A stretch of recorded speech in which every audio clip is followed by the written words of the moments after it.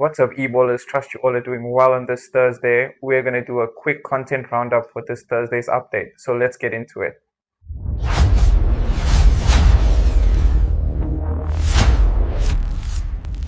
Starting off with packs, Konami have dropped a new Showtime pack with a new Showtime skill called Attack Trigger. So this pack consists of Frankie de Jong, Bruno Fernandes, and Reece James. Essentially what this new Showtime skill does is when one of those players are on the ball, all of the surrounding players, their attacking awareness increases. Now it's an interesting skill. I'm not sure how you're going to test it out. But what I do like is the diversity of the pack because you're getting a defender, you're getting a DM, and you're also getting an attacking midfielder. So I think it's a pretty good pack if you want to make some upgrades to your team. The other new pack that Konami have also dropped is the Turkish monthly MVPs. I think the picks of the pack for this are Skriniar and Davinson Sanchez. They have really good player IDs and quite a good build. So if you're looking for some monsters to add to your defense, I would say these two. Konami have also dropped a full Inter Milan pack in the store. I think the picks for that pack are obviously Lautaro, Bastoni, but I think one player that really stands out for me is Barella. He has a really good player ID and is really nimble in the midfield. So if you need a new midfielder, I would suggest maybe going for that pack there. Also, you're getting Lauti as well, Bastoni, and even Thuram and Dumfries. And DeMarco as well, who is pretty solid in-game, I won't lie. And with the new pack comes a new manager in Christian Chivu. If I did butcher that, please forgive me in the comments.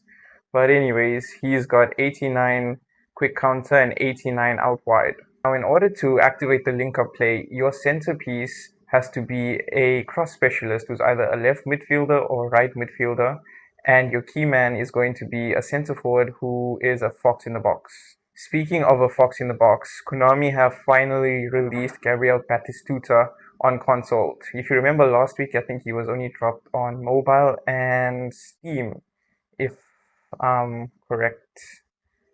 Yeah, so it's fairly cheap, only 500 coins. If you need a new striker or, just want to try out a new card, or even if you're a fan of Batistuta like I am, by all means, just spend the 500. It's a cool card.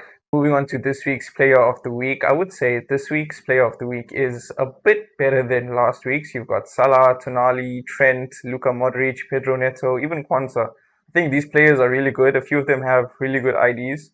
If you are a free-to-play player, I would suggest, maybe spend one or two. It'll really improve your team. Or even if you're just even if you just started eFootball, I think a lot of these players will improve your teams. Remember a few weeks ago, Konami did release that worldwide Showtime pack where you can get a nominating contract and sign a free Neymar and then a few other players.